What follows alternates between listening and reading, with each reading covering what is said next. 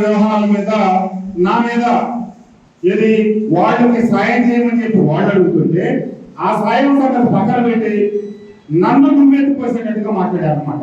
నేను గతంలో కూడా చెప్పాను, ఏనుగులు పోతుంటే పక్కన కుక్కలు మరుగుతూ ఆ కుక్కలకు మనం సమాధానం చెప్పాల్సిన పని లేదని మన పార్టీ నాయకులందరూ చెప్పాల్సిన రీతిలో తమ రీతిలో చెప్పారు.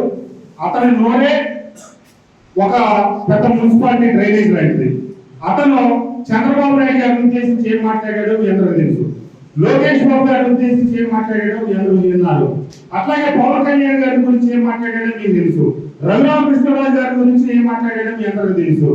ఇక మనమెంత అతనికి పుట్టడమే లోపాలతో పుట్టాడు, తిరిగే కాలు వాగే నోరు ఊరుకోదని ఏదో ఒకటి వాడుతుంటారు. అతని జీవన విధానం అది.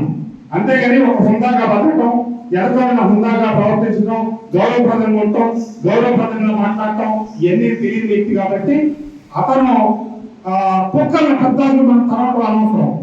ఒక రోజుకి ఆ కుక్కలు పిచ్చి అయిన తర్వాత ప్రజలే చంపేస్తారు. అతను ఎన్నో మాట్లాడితే వాడు వీడు అంటాడు. అసలు నేను బూతులు లెక్కించుకుంటే నాకు వచ్చిన బూతులు పదవంతు రాదు. కానీ నేను మాట్లాడను, ఎందుకంటే అది సభ్యత సంస్కారం కాదు, ప్రజలు న్యాయ నిర్ణయకుడు. నేను మైలవరంలో తొలిసారి పోటీ చేస్తే మీ అందరి ఆశీస్సుల దీవెనలతో 12,700 మెజార్టీతో గెలిచారు. రెండోసారి పోటీ చేస్తే 43,000 గెలిచారు. అతను ఒకసారి గెలిచిన తర్వాత రెండోసారి అక్కడ పోటీ చేయలేదు. సరే, మూడోసారి పోటీ చేసిన తర్వాత నాలుగోసారి పోటీ చేయలేదు.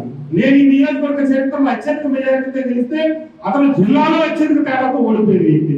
కాబట్టి అతను ప్రజలే సమాధానం చెప్పాడు. ప్రజాస్వామ్యంలో వ్యక్తిగత దోషంలో ఒక స్థాయి తెలిసిన తర్వాత ఎన్ని మాట్లాడుకుందాం.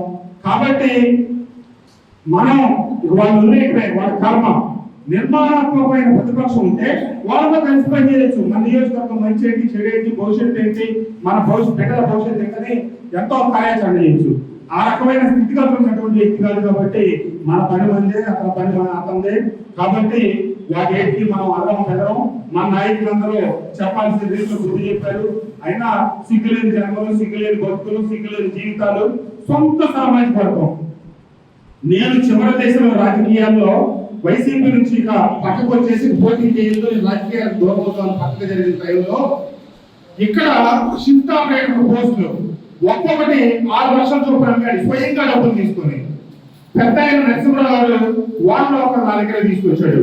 ఇంకోటి ఎందుకంటే నేను ఒక ఎమ్మెల్యేగా ఉండి నా నియోజకవర్గంలో నేను పెట్టిన మనుషులను తీపిచ్చేసి 6 లక్షల వంతులు డబ్బులు తీసుకొని వాళ్ళు నా పోస్టులో పెడితే ఆ పీకేసిన తర్వాత పాపం మనవాళ్ళే 6 లక్షల డబ్బులు ఇచ్చారు, ఉద్యోగం వచ్చింది కదా అని. మరి ఈ రోజున ఉద్యోగం పోయింది, డబ్బు పోయిందంటే పోయి చుట్టుపక్కల రాగమారంటే డబ్బు ఇవ్వకపోతే కనుక పే చేస్తాం, కేసులు పెడదాం అంటే నరసింహరావుకి తెలుసు. వెంటనే డబ్బు ఇచ్చారు, డబ్బు ఎంత పెట్టారు.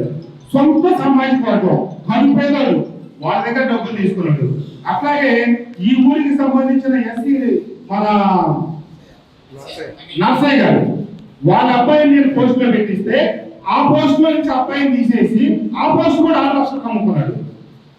ఇట్లాంటి వాళ్ళు మళ్ళీ వచ్చి ఇక్కడ నిందులు చెప్పడం, ఇతర చరిత్ర ఎవరికి తెలియదు, ఎవరు చూడరు, ఎవరికి తెలియదు, పిల్లి కళ్ళు మూసుకొని పోతా ఎవరు నన్ను చూడరు, నాకేమీ తెలియదు.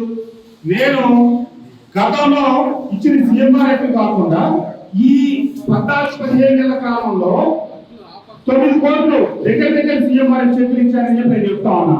నువ్వు మంత్రిగా ఎరగదీసినప్పుడు నేను నా సొంత నియోజకవర్గం కృష్ణప్రసాద్ మైలవరం వచ్చాడు నందిగామ నుంచి, ఎవరు తెలిసి నీకు, నేను గెలిపించాను.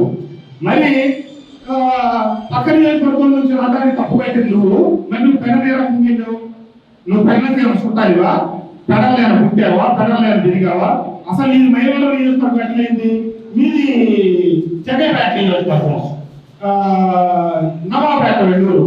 అక్కడి నుంచి వాళ్ళ బతుకు తెరువు కోసం ఇప్పుడు ఈ పంట వచ్చేది ఈ రకంగా ఉన్నారు.